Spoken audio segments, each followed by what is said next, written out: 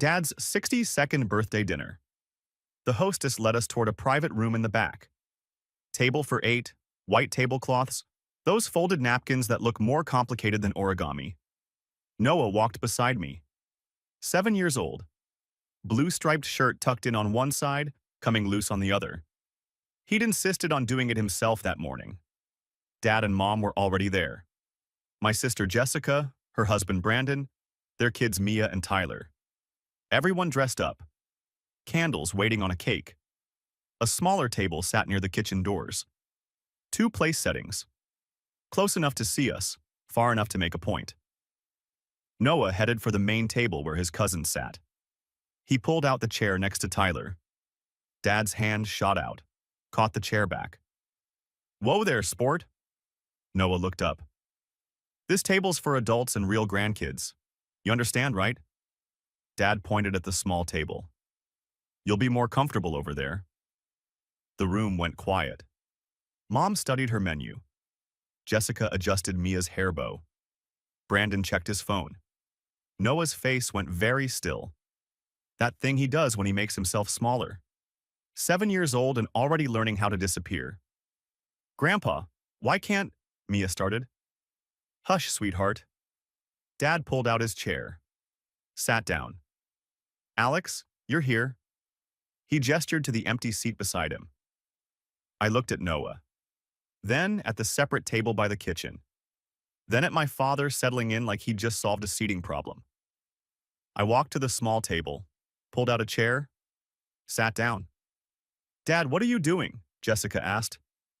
I didn't answer, patted the seat across from me. Noah walked over. Sat. Smoothed his napkin the way I'd taught him. "Alex, don't be ridiculous." Dad's voice had an edge.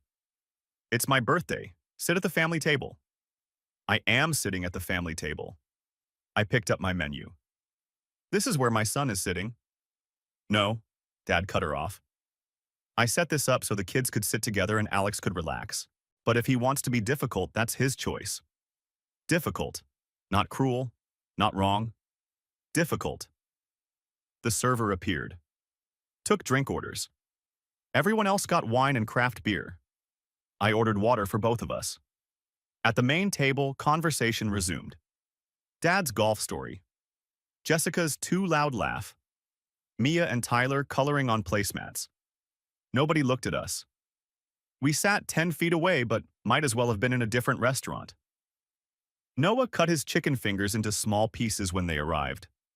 Ate quietly. Didn't ask why Grandpa made him sit alone. He already knew. I thought about the adoption finalization 3 years ago. Dad congratulated me but called Noah your kid instead of our grandson. Christmas gifts. Elaborate presents for Mia and Tyler. $20 gift card for Noah. Mia's birthday party last month when Noah was told to help Grandma in the kitchen during the family photo. Small cuts, small exclusions, small reminders. I'd told myself it would get better, that pushing back would make it worse. I'd been wrong. "Dad?" Noah's voice was small. "Yeah, buddy? Why doesn't Grandpa like me?" I set down my fork. Looked at my 7-year-old who'd spent 2 years in foster care before I adopted him, who still had nightmares, who was just starting to believe this home was permanent.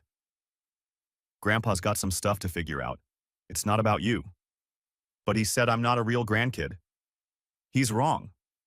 But I'm not related to him. Not like Mia and Tyler." "Family isn't just blood, Noah. It's who shows up." He looked at the main table where everyone laughed at something Dad said. "They're not sitting with us." "No, they're not." He went back to his chicken. Didn't cry, just accepted it. Dessert came. Chocolate cake with candles at the main table. Everyone sang. Dad blew them out. Cut the first slice. A smaller piece appeared at our table. No singing, just cake. Noah ate it without comment. The server brought the check. Leather folder, set it at the head of the table. Dad opened it. Looked at the total. Slid it across to me without a word. Like he always did. Every family dinner for the past year. Dad's birthday. Mom's birthday. Random Tuesday nights. Every time the check ended up in front of me. Not a request, An assumption. I pulled the folder toward me. Opened it. 290.47. I counted out $47. 2 entrees, 2 waters, 2 desserts, plus tip. Slid the cash into the folder. Stood up. Noah, you ready? He looked at his half-eaten cake, nodded, slid out of his chair. Alex? Mom's voice. Uncertain.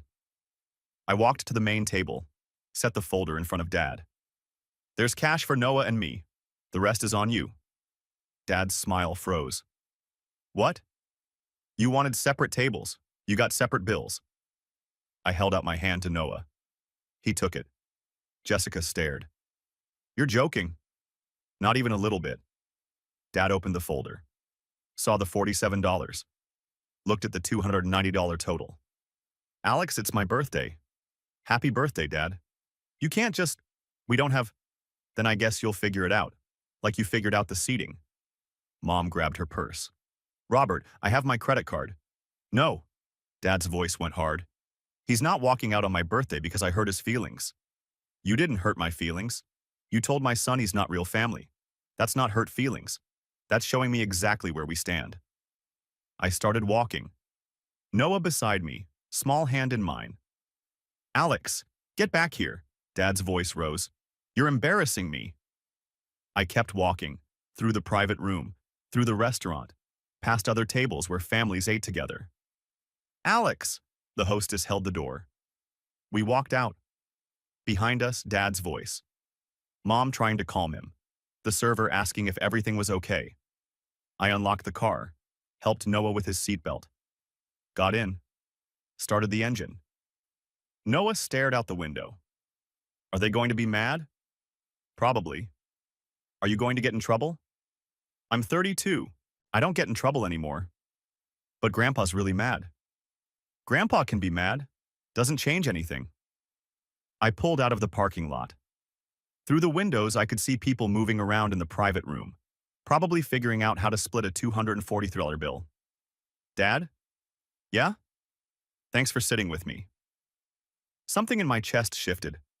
Made room for something I should have done years ago. Always, buddy, always. We drove home.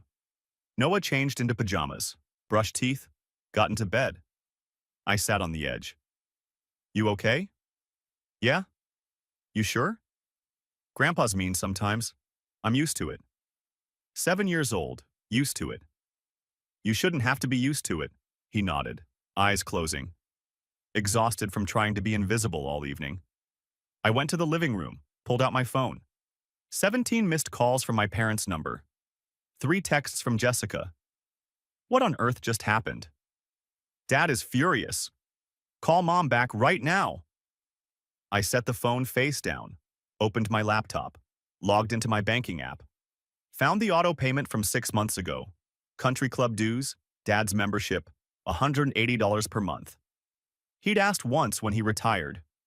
Fixed income made it tight. I'd said yes. It became automatic. I scrolled further. Saw other payments I'd stopped thinking about. Jessica's kids' activities, dance for Mia, soccer for Tyler, $400 monthly. Family helps family. Phone plan. 5 lines. I've been primary account holder since college. $220 per month. $180, $400. $220, $800 per month. Times 6 months, $4,800, plus the dinners, every birthday, every let's get together. Every check slid across the table. I'd never counted. Never wanted to see the total. My phone lit up. Dad calling again. I let it ring. Stared at the country club payment screen. Next draft scheduled for 3 days from now. My cursor hovered over cancel auto pay. Not tonight. Let him sweat the restaurant bill first. Let him figure out $243 between 4 adults. Let him wonder what else I might stop paying for. I closed the laptop. Checked on Noah. Still sleeping. Face peaceful. Tomorrow I'd deal with the rest. Tomorrow I'd set boundaries I should have set years ago. Tonight I just sat in the quiet. Noah safe down the hall. The son who'd been told he wasn't real family. The only real family I had. My phone buzzed. Text from Mom. Please call us. Your father is very upset. This isn't like you. She was right. This wasn't like me. The old me would have apologized, paid, smoothed everything over, made myself small so Dad could feel big. But the old me hadn't watched his son accept exclusion like it was normal. The new me was done. I powered off my phone. Tomorrow they'd call again. Demand explanations. Expect me to cave. Tomorrow I'd be ready. And I'd have some explanations of my own. Sunday, 9:47 a.m. Someone was pounding on my apartment door. Not knocking. Pounding. I was making pancakes. Noah sat at the kitchen table with his activity book, still in dinosaur pajamas. The pounding continued. Noah looked up. Is that Grandpa? Probably. Are you going to answer it? I flipped a pancake. After we eat. More pounding. A voice. Alex, I know you're in there. I plated the pancakes. Set one in front of Noah. We ate slowly while my father wore out his knuckles in the hallway. Only after I'd rinsed the dishes did I walk to the door. Dad. Face red. Golf polo and khakis. I opened it. He pushed past me. What the heck was last night? I walked to the kitchen, started making coffee. Dad followed. You embarrassed me, made me look like an idiot. Could you afford it? He stopped. I opened my laptop on the counter, turned the screen toward him. Auto payments, 6 months of charges, country club, Jessica's activities, phone plan. He squinted at the numbers. His face went white, then red. $4,800, I said, not counting dinners. I didn't know about, he gestured at the screen. All of this. You used it every day. I assumed, he looked up. Jessica's dance classes? You asked me to help last spring. Never said to stop. I looked at Noah. He grabbed his plate without being asked and disappeared into his room. Dad waited for the click. You should have said something. You should have noticed. I walked to the door, opened it. Dad grabbed his keys, stopped at the threshold. This isn't over? Yeah, it is. I closed the door, locked it. We went to Riverside Park. Noah ran to the jungle gym. I sat on a bench. Phone buzzed. Unknown number. Voicemail. Alex, it's Uncle Mike. Robert borrowed $3,000 from me in July. Said it was temporary. Haven't heard from him. Is everything okay? I played it again. $3,000. July. Right when Dad asked me to cover country club dues. Dad hadn't been tight because of retirement. He'd been tight because he was already in debt. My phone rang. Mike. Hey, Mike. Alex, is your dad okay? Physically, yeah. Financially, that's complicated. I told him. The restaurant, the separate table, the payments I'd been covering. Mike was quiet for a long moment. He's been telling me things are fine, that he's got consulting work. Does he? I don't think so. Mike sighed. The $3,000 was for a car repair. Said insurance wouldn't cover it. Did he fix the car? I don't know. But if he's having you pay for the club while owing me money, that's bad judgment. I'm canceling the membership tomorrow. Good. He needs a reality check. And Alex? Whatever happened at that restaurant, I'm on your side. Kids don't get ranked. Thanks, Mike. Noah ran over, breathless. Can we get ice cream? Sure, buddy. We stopped at the grocery store on the way home. Noah picked chocolate chip. At checkout, I heard her. Alex. Jessica. Designer sunglasses. Yoga pants. Cart full of organic everything. Jessica. She looked at Noah. Forced a smile. Hi, Noah. He waved but stayed close to me. The dance academy payment declined. Mia's costume isn't paid for. That's unfortunate. Unfortunate. Her voice rose. Other shoppers looked over. She's been practicing for 3 months. Then you should pay for it. Why didn't you say something? Why didn't you check? Noah tugged my sleeve. Dad, I want to go.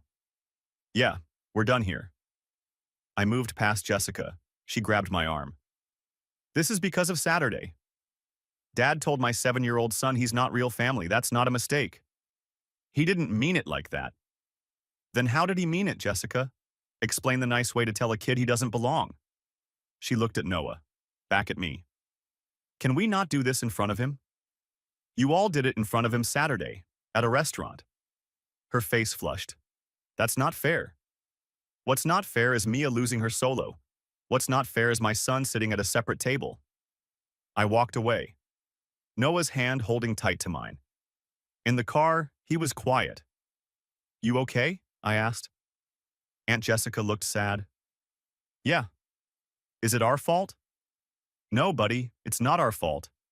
Sometimes when you stop doing something people expect, they get upset. That's their problem, not ours. He nodded. Didn't quite believe me, but wanted to. At home, I made lunch, grilled cheese. While he ate, I opened my laptop. Pulled up the Elite Soccer Academy registration page. The camp he'd mentioned 3 times. The one he stopped asking about after I said maybe.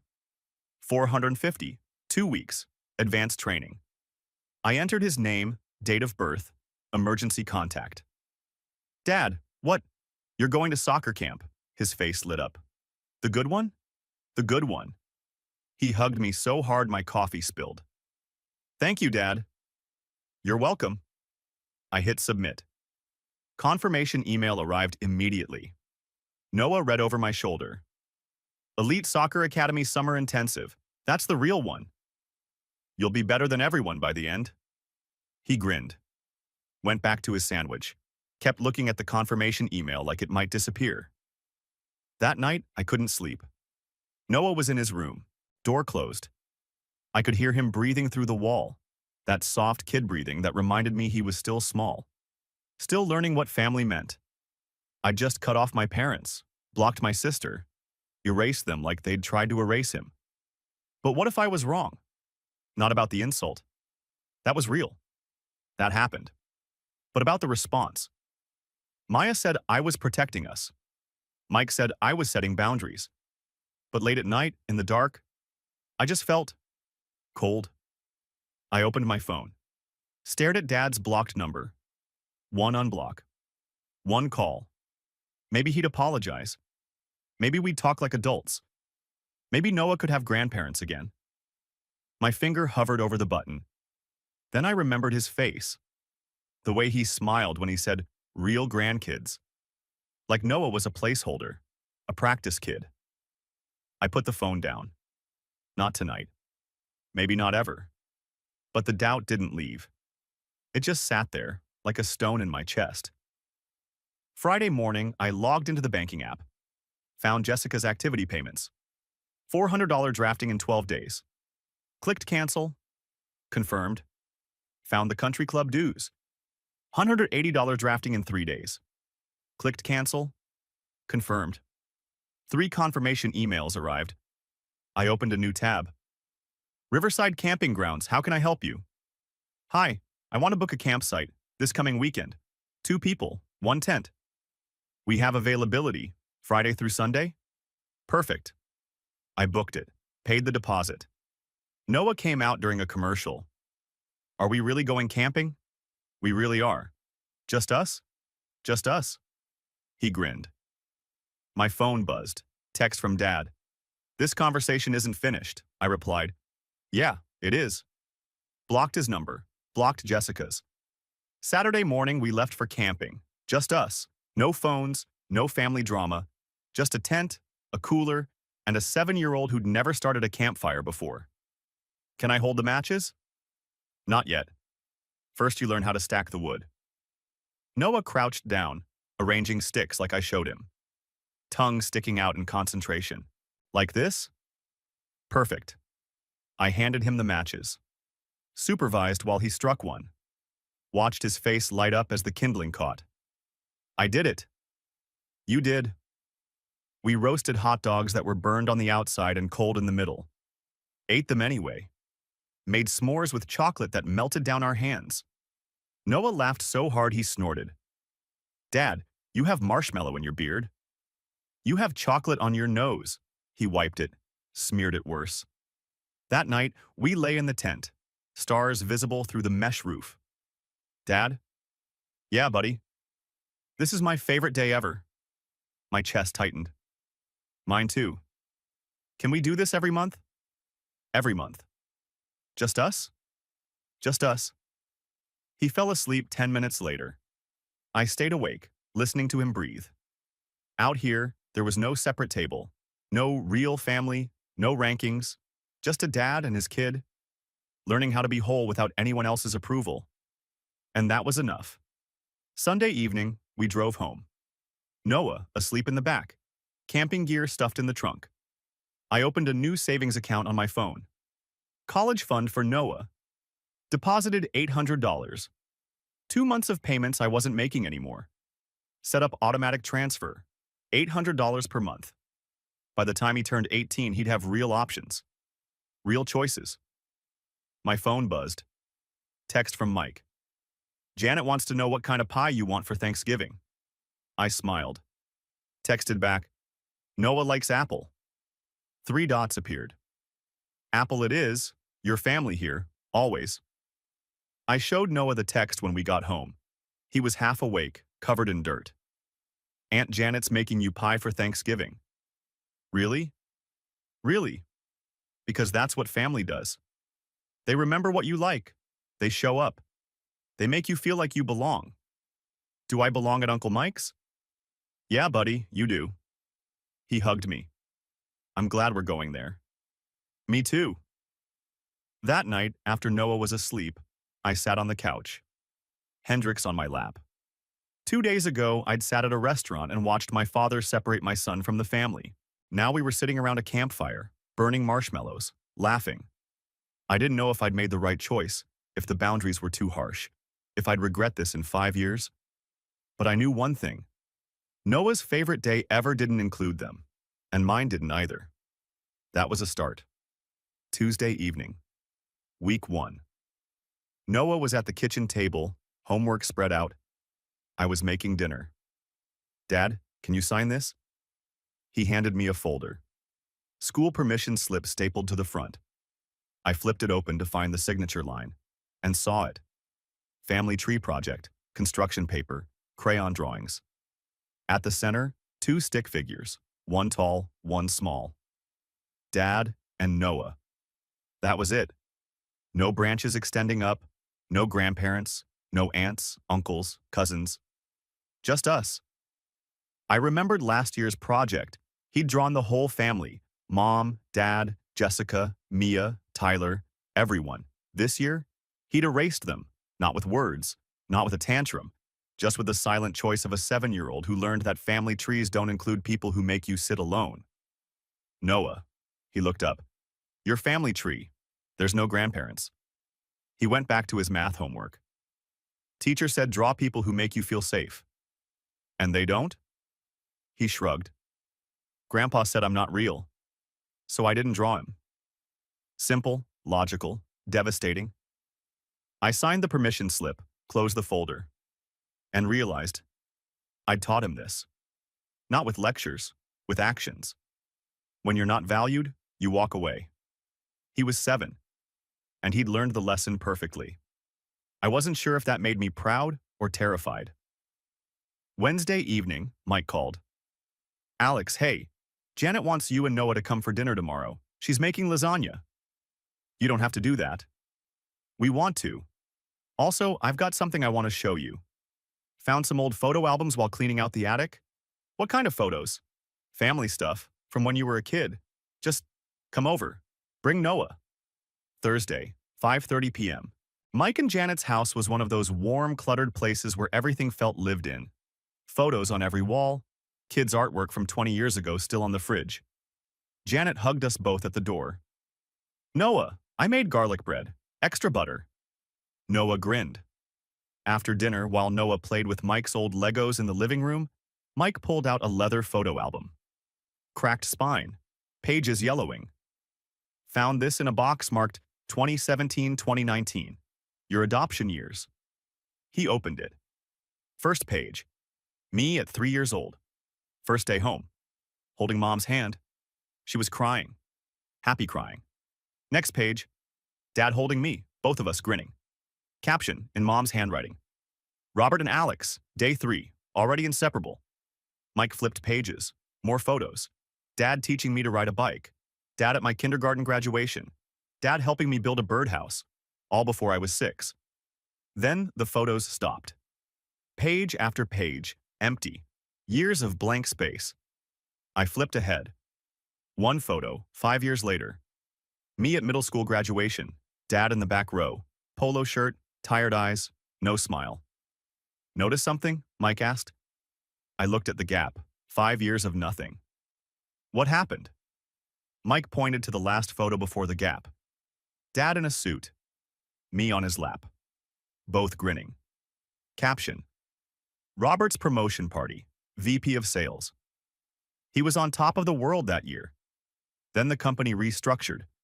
Forced early retirement at 49. Mike tapped the empty pages. He stopped taking photos after that. I stared at the blank pages. 5 years where Dad had disappeared. Not from my life. From his own. He chose you once, Mike said quietly. Fought for you. That was real. I photographed 3 pages on my phone. Closed the album. Can I take a picture of this? Take the whole album. It's yours. Noah came over. What's that? Old pictures, from when I was little. Can I see? I showed him the photo of Dad holding me. That's Grandpa? Yeah. He looks happy. He was. Once. Noah studied it. What happened to him? I don't know, buddy. People change sometimes. They forget who they used to be. Mike walked us to the car. For what it's worth, I think he knows he screwed up. He called me yesterday, asked if I'd seen you. What did you tell him? That you were taking care of your son. That's all he needed to know. I nodded. Drove home with the album on the passenger seat. At home, I put the album on my bookshelf. Not hidden. Not displayed. Just there. Evidence that Dad had been different once. Had chosen me. Had fought for me. Before he forgot how. Friday. 3:15 p.m. Week 2. I was early to pick up Noah, parked at the curb, engine off. Watched kids pour out of the building like a human avalanche. Noah came out, backpack, head down. Behind him, Mia. Jessica's daughter. She walked faster, caught up to him. Said something. Noah shook his head. Kept walking. Mia grabbed his backpack. He stopped. Other kids slowed. Watching. She said something loud enough for me to hear the tone. Mean. Pointed. Noah's shoulders curved in, making himself smaller. I got out of the car. Noah. He looked up. Saw me. Relief flooded his face. Mia let go of his backpack. Smiled at me like nothing happened. Hi, Mr. Morrison. I didn't smile back. Go wait in the car, Noah. He went. Fast. I looked at Mia. 8 years old, Jessica's daughter. Already learned how to cut someone down in a school parking lot. What did you say to him? She shifted. Nothing. Try again. Just that he's not real family. That's why he didn't sit with us. I crouched down. Eye level. You're 8. So I'm going to explain this once. Family isn't about blood. It's about showing up. And right now, the people in your family are teaching you how to hurt people. Don't let them. I stood up, walked back to the car. Noah was buckled in, staring at his hands. What did Mia say, buddy? That Grandpa told her mom I'm not real. That you adopted me, so I'm not really a Morrison. I gripped the steering wheel. Do you believe her? He looked up, eyes wet. Are you going to leave me too? My heart broke. No, Noah, never. You're the realest thing in my life. He nodded. Didn't quite believe me yet, but wanted to. We drove home in silence. That night, I didn't sleep. Because I realized something.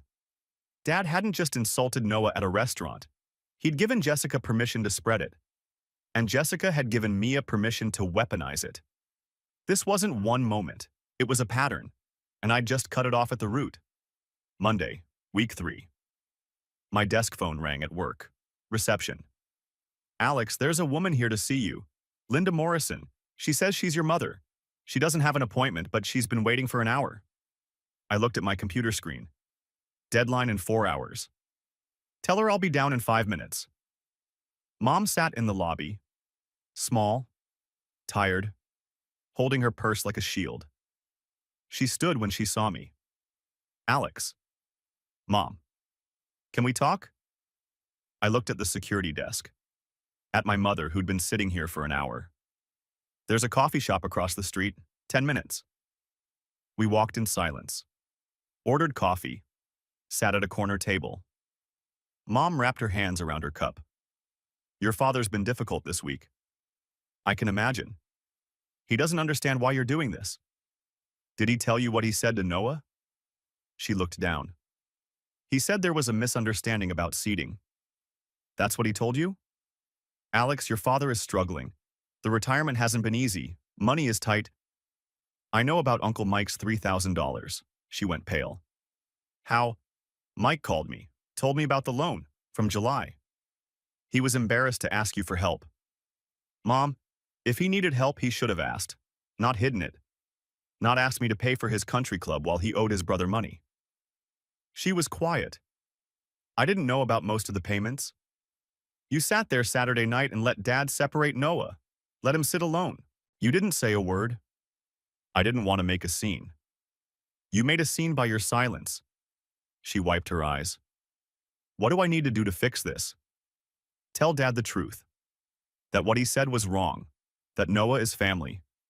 That adoption doesn't make someone less. She stood up. I understand. Mom, she turned. If things change, if Dad does the work, maybe we can talk, but not now. How will I know when? You'll know when Noah feels safe enough to draw you again. She nodded. Left. I drove back to work. Sat in the parking lot for 20 minutes before I could go inside. Mom's face kept replaying. The way her hands shook around the coffee cup. The way she said, "You made a scene by your silence." Was she right? I thought about Noah's family tree, the one with just me. No grandparents. I told myself that was their fault. They excluded him, so he excluded them back. But I was the adult. I was the one who'd blocked their numbers, canceled their access, removed them completely. Noah was 7. He was following my lead. And maybe I'd moved too fast. Not about the restaurant. That was unforgivable. But about everything after. The scorched earth, the silence, the refusal to even hear them out. I texted Maya. Do you think I'm being too harsh? 3 dots. Then, do you think you are? I stared at the message. Didn't have an answer. Week 3. Mike texted, can you call me? It's about Robert. I called. Is he okay? Physically? Yeah. Mentally, he's falling apart. Good. Alex. What do you want me to say, Mike? That I feel bad? I don't. Silence. Then, I'm going to send you something. You don't have to respond, just read it. He hung up. 30 seconds later, a screenshot arrived. Text thread. Between Dad and Mike. Dad. I think I had a breakdown at the store today. Dad. Saw a father with his son. Kid was maybe 7. They were laughing. Dad. I can't remember the last time Alex laughed with me. Mike. Have you tried calling him? Dad. He blocked me. I deserve that. Mike. So unblock yourself. Show up. Dad. I don't know how. I stared at the screen. Dad didn't know how to show up. After 29 years of me showing up for him, he didn't know how to return the favor. That should have made me angry. Instead, it just made me tired. I texted Mike back. Thanks for sending this, but it doesn't change anything. Mike. Didn't think it would. Just thought you should know he's trying to figure it out. Me. Let me know when he does. I put the phone down. Trying wasn't the same as doing, but at least he'd admitted he didn't know how. That was something. Not enough, but something. Thanksgiving. Mike and Janet's house. Chaos. The good kind. Janet's 3 sisters arguing about pie crust. Mike's grown kids playing cards with their own kids. Someone's toddler screaming because someone else's toddler stole a dinner roll. And Noah, at the kids' table, laughing, really laughing. Not polite laughing, the kind from your stomach. Mike's grandson, Tyler, same age as Noah, was telling some story about a frog he found. Noah was doubled over. "You okay?" Janet asked, appearing next to me with wine. "Yeah, just watching. He fits right in." "He does." She squeezed my shoulder. "So do you, in case you were wondering." Dinner was loud, messy, no assigned seats, no toasts ranking anyone. Mike asked Noah about soccer. Tyler asked if Noah wanted to sleep over sometime. Janet's sister asked if I wanted her famous sweet potato recipe. "Fair warning," she said. "It has marshmallows, and I will judge you if you don't take seconds." I took seconds. After dinner, Noah and Tyler were outside throwing a football. I watched from the porch. Mike joined me. "This okay? Us being your Thanksgiving?" "More than okay." "Robert called me yesterday, asked if you'd be here." "What did you tell him?" "That you were with family." I looked at Noah, tackled by Tyler, both of them shrieking with laughter.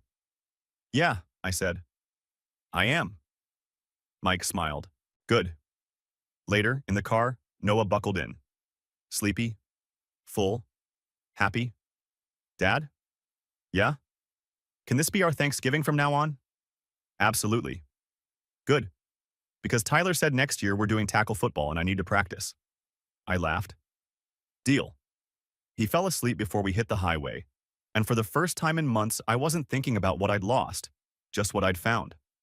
That evening, I opened the college fund, deposited the third $800, watched the balance grow, $2,400. Real money, real options. By the time Noah turned 18, he'd have choices. Real choices. I looked at the photo album on my shelf. At Dad smiling with a 3-year-old me on his lap. He'd chosen me once. But now I was choosing Noah. Every day. Every decision. And that was the difference. Month 2. Life settled into a rhythm that didn't include them. Work, Noah's soccer, Mike and Janet's Sunday dinners where Noah actually sat with everyone. I opened the college fund, deposited the second $800, watched the balance grow, $2,400. Real money, real options. But the doubt didn't leave. It sat there, quiet, waiting. December came, week 3, Mike called. 11:47 p.m. "Alex, I'm at the hospital. It's Robert." My stomach dropped. "What happened?" "Heart attack. Not major, but not nothing. Janet and I are here with your mom. She's asking for you." I looked at Noah's door, closed, sleeping. I can't bring Noah to a hospital at midnight. "I know, I'm just telling you. He's stable, awake." "I'll think about it." I hung up, sat in the dark, felt nothing and everything. I didn't go that night, or the next morning. But I sent a card to the hospital, plain white, bought at Walgreens. 3 words inside: "Get well, think." Mom called when she got it.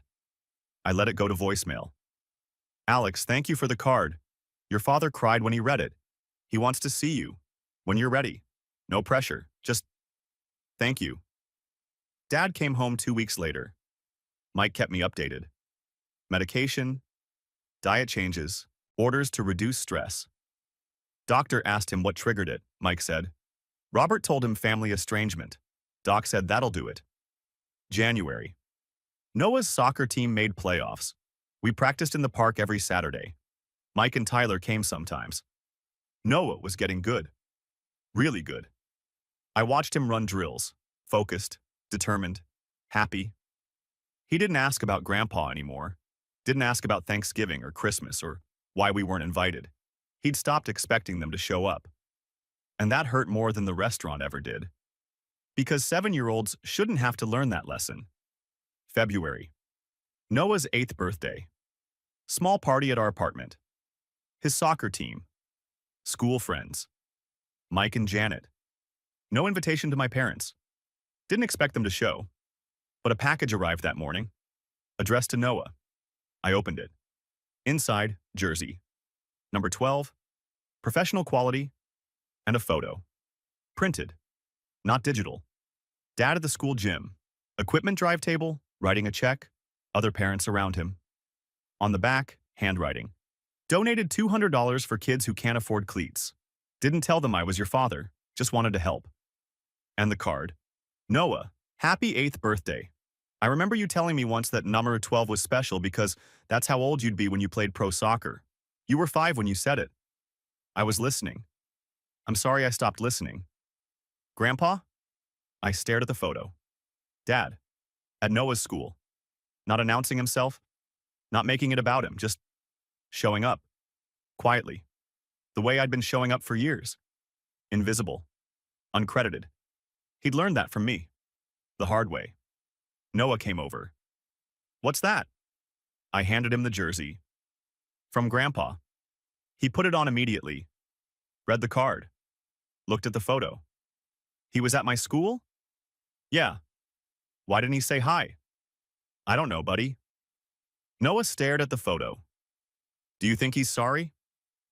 I looked at the check in the picture, the handwriting on the back, the jersey that was exactly Noah's size, exactly his number.